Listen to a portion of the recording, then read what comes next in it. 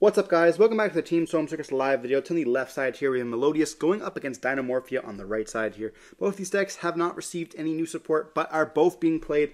You know, Melodious did get support in the previous set, which was very nice. Unfortunately, it does get a little bit out of favor now with the Azamina cards and the Phoenix and stuff being at full power. Just kind of pushes it back a little tiny bit. And then Dinomorphia has been a deck that's kind of been hopping around. I've been doing pretty good. We are going to be seeing the Melodious deck going to be going first with a Austin. Now, this is going to be the one card combo, sending the Refrain as well as the Soprano. Allowing us to go for a copy of Botcha. Botcha can then bring out the Refrain from the deck if we don't already have one in the hand, but we do most likely have a good normal, so we are going to do something at the level 7 here, and a level 7 can add back. So interestingly enough, we didn't send the level 5 to the graveyard with that adding back, unless we're trying to add back the Soprano. We choose to add back the Refrain here, which is very interesting. So maybe we already have a couplet in the hand. We're going to be seeing the Refrain going to be summoned, or added back, then we normal summon it, activate the effect, search for a couplet. Couplet's going to activate the effect, summon it to level 4, and then we're going to be placing a couplet in the pendulum scale, searching for the Concerto. So now we kind of have our full combo going on. This is going to also allow us to play through Nibiru as well. And then we're going to go to Concerto here. And this is how we do play around the nib. We do go a Twilight on the 5th summon, and then we can place both of these scales back into the pendulum zone, and then we can link away if we want to. Or we can go up for a Shiberta, which can be good against this this deck here, Dinomorphia. You know, it is a little bit hard to beat the traps in the graveyard, as well as, you know, being able to stop the effect of copying the graveyard can be important as well. So we're going to be seeing them fuse up into the Shiberta, and then we have a Twilight and Shiberta, which is being able to banish multiple cards all the time here. We're going to be seeing the Botcha as well as the Concerto going to activate, bringing back out that level 7, and then also allowing us to get a draw here. And we can activate the effect to add back once again if we want to, but we don't necessarily have to do that.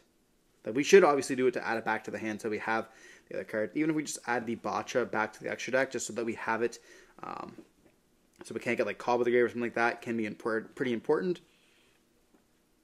But looking at their hand, it looks like they also are playing Baby Sarasaurus as well. So we are going to be seeing the Refrain going to activate, sending most likely the Aria to the graveyard, and then we're going to be able to activate the level 7 to add back the Aria, and we can pendulum summon it out, which is going to allow us to not be able to beat by, and we also have the Algae. So we can actually special note both of them there. Now they can't be targeted by card effects, they can't be destroyed by card effects, and they can't be destroyed by battle as well. So we kind of have a nice little lock. No need to go for the Link monster, discarding a card when we have already both with access to both of them. And then we get to set 2 more additional cards and pass turn here. So having 2 cards in the hand as well, perhaps a hand trap. This is going to be very hard for Dinomorphia to end up beating this, especially because the way that they're worded, it's activated effects that are negated, so the continuous effects of the LG as well as the Aria are going to obviously be very nice here. We are going to be seeing Soul Eating Overwrap. They're going to be normal summoned out, searching for a Misk, and so we are playing a little bit more Dino cards. That's very interesting. I know that we are playing the Beta Pill, which can cheat out the copy of Rexstrom, but we are going to go Misk effect sending, and then we're going to be banishing it for 1. This is going to allow us to summon out the level 1, and we do chain Call with the Grave on the Misk effect. Okay, that's pretty broken, having Call with the Grave as well, and we're going to be setting 2 cards and passing. Unfortunately, having multiple normal summons in the hand. I know this is not a typical Dinomorphia deck, but we are putting the Dino in Dinomorphia by playing some of those more cards. We do have more access to the rank 4s as well with it, which is really cool. You know, and a bunch of those Lagia and Dolka are very nice cards. But we are going to go turn everything into a battle, and we're going to attempt to go battle phase here. If we don't have anything on this, we are going to be just losing the game. Now, luckily for us, we do have a Ferret Flames, I believe, set. But Melodious will be able to bounce back all their cards, or banish them, and then be able to summon them back out. So it might be worth, you know, attacking with the little bodies first, so that we chip down the damage a little bit, and then deal the bigger damage, just so that we get like more attacks. I guess it doesn't really matter if we get more attacks. We want to deal the most amount of damage at once. And so, like, we see a Dinomorphia Frenzy going to be activated there, making our life points down to 4,000. This is now going to make it quite easy for the for that Ferret Flames to be able to bounce, or to be able to put back everything to the deck. But we don't have an Ash for the Frenzy, so we are going to be able to fusion summon, letting us have additional bodies by sending the Theresia, as well as the Stealth Blade going into the Ketragina. Now this can pay half once again to copy the trap. No, I'm not exactly sure if it banishes for cost, but regardless, I mean, if it doesn't banish for cost, then it's going to be pretty good where we can just triple Shiberta banish the graveyard. They're going to take a second to read it. You know, we'll put them down to 2,000 life points. Having those monsters in hand is kind of unfortunate, honestly. They're looking in their extra deck, seeing what exactly they can do, but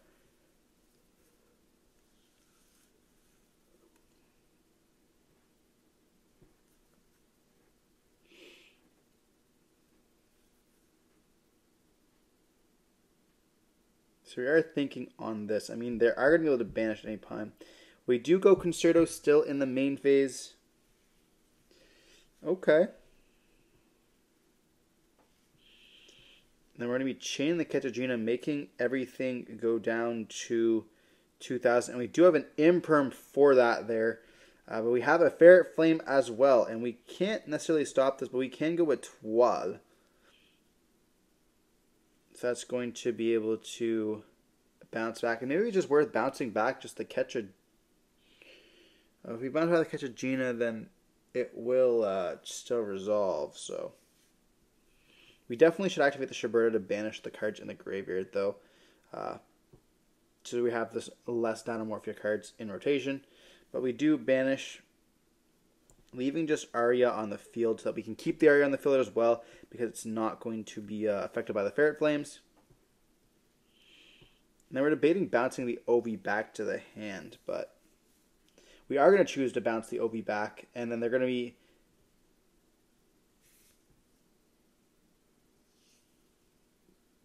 bouncing the Ketragina as well here. Then we're going to summon out the Rexstrom, and then we summon out a Botcha.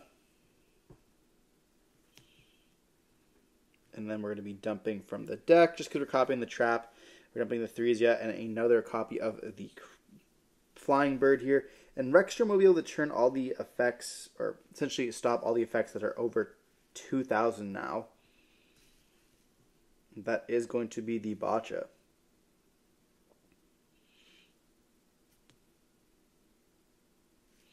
So we're going to be reading it to make sure we can still activate the reframe and the couplet, though. And we are looking at the Lizard Hagaros in our extra deck, so we might be seeing potentially us go into that, activate the effect, kind of attempt to bounce, but it can just chain, making them pay half their life points, bringing them down to 1,000. The Lizaros will not be able to activate its effects. I don't believe it is a quick effect. I could be mistaken, though. And if it is, then it will be able to kind of resolve by triggering itself off, but I don't remember if it is.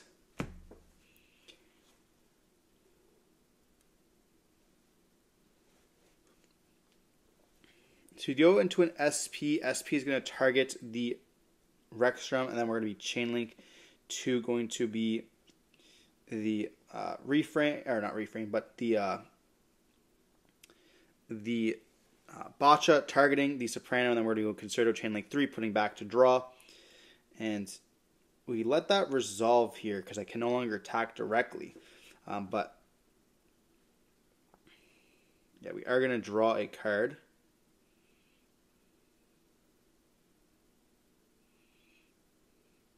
And then we're going to activate the Soprano effect, letting us add back the Aria here. Yeah, so we can't attack directly anymore, which means they're going to have another turn. But they are down essentially to 2,000 life points, which is going to be pretty problematic for us. Especially when we have all the cards coming back. We're going to normal summon, then we're going to activate the effect to fuse up into, I'm going to be assuming a Shiberta. Okay, so we do go back for the Shiberta there, and then we're going to be able to put the refrain and the couplet back into the pendulum scale. We set an additional card, and then we're going to be putting them all back here in the end phase. And so now we just have the LG as protection. but they all do gain attack, and we have the double Shiberta being able to banish and still the Etoile, as well as SP. Like, we are in very good shape. We are going to go for a normal summon of the Oviraptor once again. And there might be a world where we banish first because we don't want the Oviraptor to kind of trigger. So we're going to search for the Dino. This is one of the newer dinos from the whatever the set was with the spell card, like the Xeno card or whatever. It's kind of sad how those cards were like completely forgotten about. We're going to go battle phase, and we're going to be seeing the Oviraptor hit into the SP, making them take 200 damage here. Now, you imagine if SP was like bigger, if it was a 2000 body, would that be a little bit more broken? I feel like being able to just force the SP to go, crash into it or attack into it is like such a good point of SP that I really do enjoy it. Being like a little body and not a huge body, but we're going to be seeing the Shiberta activate, banishing all three. Then we're going to be activating the Etoile to bounce back the Oviraptor back to the hand, summon back out to the Shiberta. And then we're going to go Concerto, being searched off the couplet in the draw phase, or in the main phase here, but we're going to draw then do it. So immediately after. And we do activate a Dinomorphia Frenzy once again, making our life points now down to 1,000. And this is going to be quite difficult for us. Can we go for a Rexstrom? We have a Theresia, and so we go for a Ketragina once again. And this is going to be at 3,000 attack, so it's going to be a pretty big one. We're going to dump the Rexstrom and then the Theresia.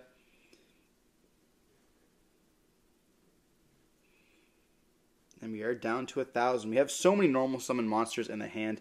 We have a baby, we have the Diplos, we also have the Oviraptor, so not the greatest there. And we are going to activate the effect of Ketragina being able to send once again. Now we go up into the Rexstrom, and we are down to, I believe, 500 life points here. It will be on the side. I'll be calculating it while I do this. I don't have the calculations up just yet, so my commentary can be a little bit wrong. But I'm pretty sure we're down to 500 life points here, which we can now make. Rexstrom can turn everything into that. We do go first with the refrain. Going to be sending from the deck the couplet, and that's going to make the Etoile gain 1,000 attack here. And then we are also boosted by the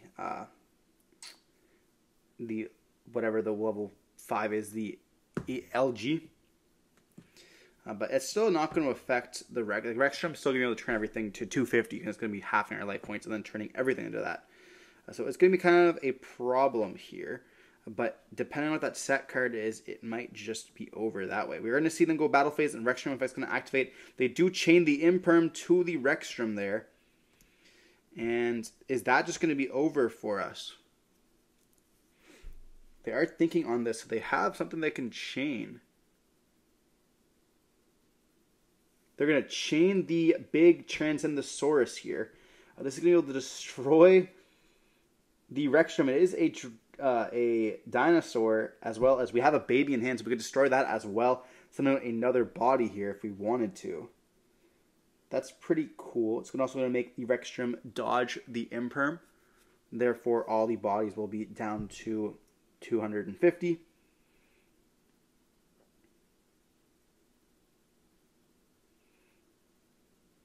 We destroy the Rexstrom and with the baby as well.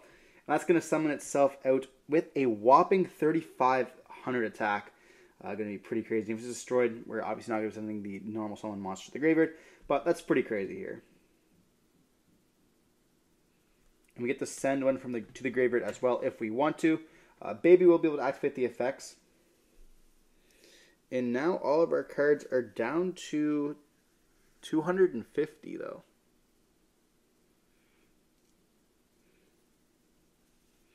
But we can activate the effect, which is going to be pretty nice. So we are going to be going for the baby, and we do chain the Shiberta, banishing all the Dinomorphia cards in the graveyard. And we opt to summon perhaps another, I don't even know what we do. Maybe a Theresia? Oh, we do play the normal monster, being the Frostosaurus. That's very interesting from the size. We're going to be doing Transcend this, sending that, and then we also summon out an Oviraptor. Oviraptor can then activate its effects, allowing us to search, and that could be searched for another baby.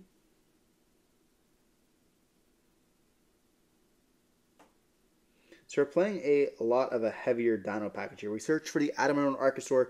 We didn't get to destroy it or summon it off of that Misk, so being able to search it is, I guess, getting it out of deck is just nice, I suppose. I don't think really it's going to be making that much of a difference, but... Now, we still have the ability to activate the Atwad effect. Going to be banishing to bounce them all, and then we just get attack still anyways. So, like, we do still have game on board, but that was a sick combo there. Like, unfortunately, we weren't able to just kind of steal the win that way. That would have been absolutely sick if we did get to manage to do that. That was an impressive combo. I can't believe we saw that from Dinomorphia. I really do like this deck. I think that the deck can do quite a bit. So, I mean, I think it's pretty cool. I know it's not the standard standard Dinomorphia deck that people are used to seeing. A lot less traps in this and playing a lot more dinosaurs. But with no other regionals coming up soon, I think we have like one OTS coming up in the near future. But with no other regionals till next year, people are definitely exploring a little bit more decks. And like dinosaurs are a really cool engine that we can play. And obviously it has the ability to do some stuff against it. Now, you know, Melodious is unfortunately now pushed back into the rogue category. So it's not like the best testing, but still, like, you're summoning a 35 body. That's going to be absolutely huge. It pops stuff, baby pop stuff, brings out more bodies, and you have the Dinomorphia stuff to make everything go to 0. I think Dinomorphia is a very fair deck. I think this deck like can absolutely steal wins, and if people are not prepared for it, it's going to be a forever deck in the format. You know, wherever you have to play, you can just do it. And it does play around both Molcharmies pretty well by being able to do it during your opponent's turn. So as soon as they commit something, you just go. Unfortunately, it has a little problem going second. And I'm not exactly sure that the Dino cards definitely solve that issue. But diving back into the game 2 here, we are going to be seeing a Pot of Prosperity going to be activated because we see the Dinomorphia deck going first here. And we're going to be banishing, it looks like 3 cards here. We're going to be seeing a Fossil Dig, a Intact, and then a copy of the Oviraptor. And we're going to opt to choose to add Fossil Dig. Do we have a Droll and Rest? We do not. So then we see the Fossil Dig going to activate, and that's going to search us for a Theresia. So needing access to the Dinomorphia engine. We then normal summon with a Theresia, and that's kind of cool that you can search it off of the Fossil Dig, now having multiple options in your deck. And then we're going to be opting to set the Sonic, which I believe is going to be a Monster Negate, if I'm not mistaken. We then set 4 additional cards and pass turn on this. So we are now looking at a full Dinomorphia board through Prosperity here, with Fossil Dig kind of getting them into that whole entire thing. Can Melodious crack this board is the question. We're going to see a first movement solo going to activate. This is going to allow us to summon from the deck, most likely being an Aria or a Refrain, depending on what we have already in the hand. And we do Chain Frenzy to this, and they do have the Ash Blossom, but we do have the Intact, which is going to be the Monster Negate for that. So we have the Sonic, which is going to be the Spell and Trap Negate there. So we're now going to be sending to summon out, negating that Ash Blossom. We go for the Ketragina, and then we get to summon.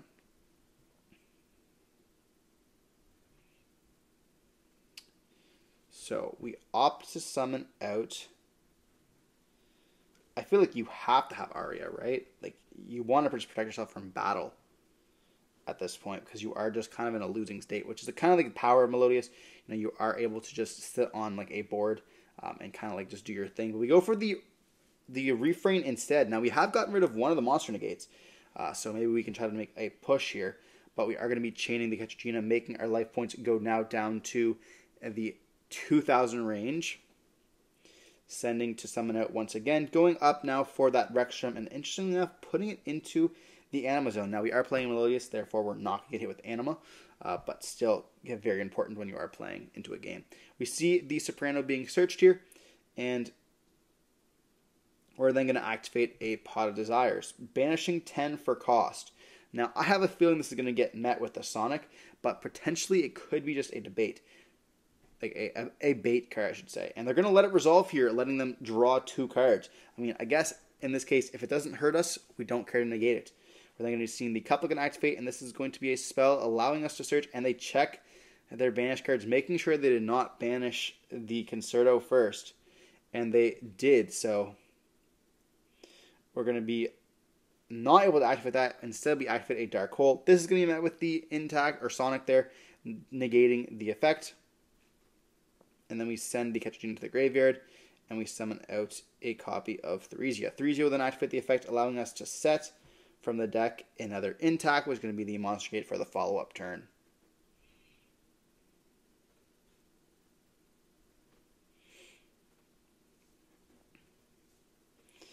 Yeah, not being able to go for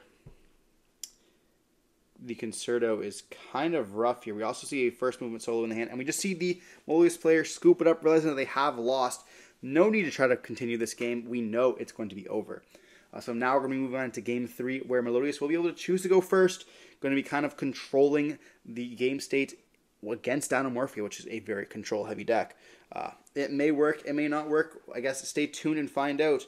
Honestly, I think that Melodious definitely can make a tiny board, which can deal with the problem, but they don't have that much against back row, so it's going to be a little bit of an issue depending on how good the Dinomorphia player opens up. I don't think in this matchup that necessarily the Dino cards themselves do anything for the Dinomorphia deck. I think that Dinomorphia Pure is probably a little bit better, but it's still very interesting to see, and potentially we might even see a UTC being dropped. I don't think we are going to be seeing that. Potentially going second that we actually might see it is an OTK option that we can do. So we are going to be diving on in, and we see a first movement solo activate once again. That's going to summon up the reframe. We all know this part of the combo, which is then going to search for couplet. Couplet's going to activate and search for the Concerto. Then we're going to activate the effect, summon out the Botcha. Botcha's going to activate the effect, and then chain link 1, chain link 2, chain link 3, and then we're going to be summoning out the level 7. Then we can activate the refrain if we want to, sending from the deck, allowing us to then add back with the level 7 to the hand. We're not going to have any really way to stop this. And so we see them send the level 4, which allows them to fuse. And then we are going to activate the effect, adding it back to the hand. But first, we go for a Desires once again. That's going to allow us to draw 2 cards. We have no risk of banishing our Concerto because it is in the graveyard. We're then going to activate the level 7 to add back the level 4. And the reason why we chose to send first is because we want to make sure that we do not banish the level 4s. It is very important. If we banish both of them, we would have essentially just lost the game immediately. So here we Pendulum Summon out the level 4. And then we opt to fuse.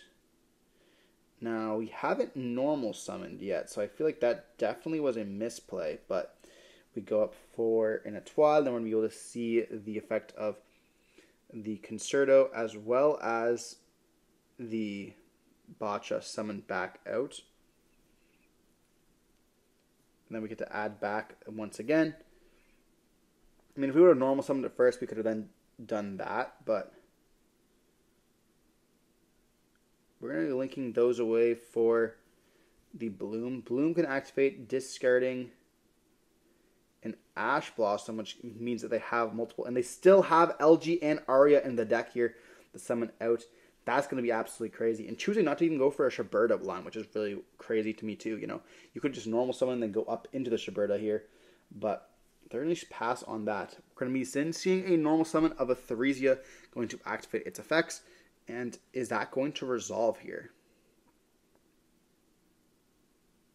I know one of these face down cards is a Cosmic Cyclone. I did get to peep that in the hand, which can be very good against this deck. So we are seeing them. Okay, we are going to be choosing to set. Unfortunately, we didn't even see an evenly match. If we had evenly matched there, that would have been kind of crazy. We could have just bounced all our cards, but still, it would have been quite nice. I probably assume that we're going to be keeping the Cosmic Cyclone if we do opt to, if we did get evenly there, but still kind of important. So now we're going to be setting a Frenzy, and they ask, what does these cards do again? Can't be destroyed by battle, can't be targeted by card effects, and cannot be destroyed by card effects as well. So, kind of crazy. And then we have, obviously, that bounce. We're going to be setting those 2 cards, 3 cards, And attempting to go to the end phase, or battle phase here, we're going to attack into the bloom. And they're going to chain the Etoile, banishing the bloom and bouncing back that Theresia to the hand.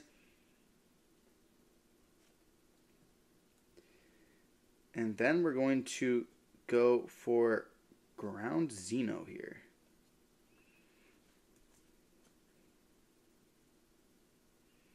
And we're going to let that resolve. Going to be destroying, or searching I should say, for the Frostosaurus and destroying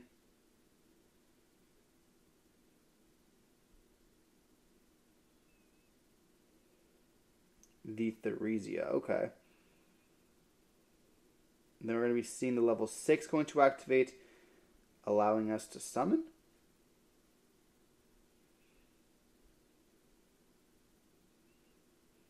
And we still have our 4 set cards here. We're going to put it in attack position.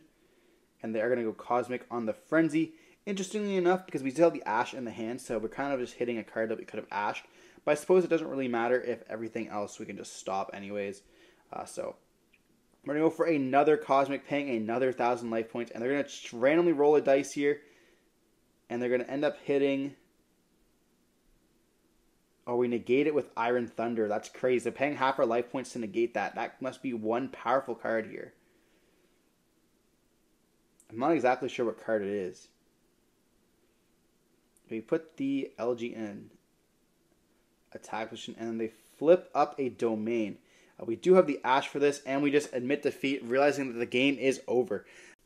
So the reason why they had to negate the Cosmic Cyclone with the Iron Thunder is because they need to have that card go to the graveyard tool to duplicate the effect of the Heterogena here. We do see the Dimension Shifters in the hand, I guess in the deck. That would have been very good to draw against Melodious, but unfortunately we did not see it there. Regardless, hope you enjoyed watching the video. Don't forget to like, comment, have some more content like this. Stay safe. Peace.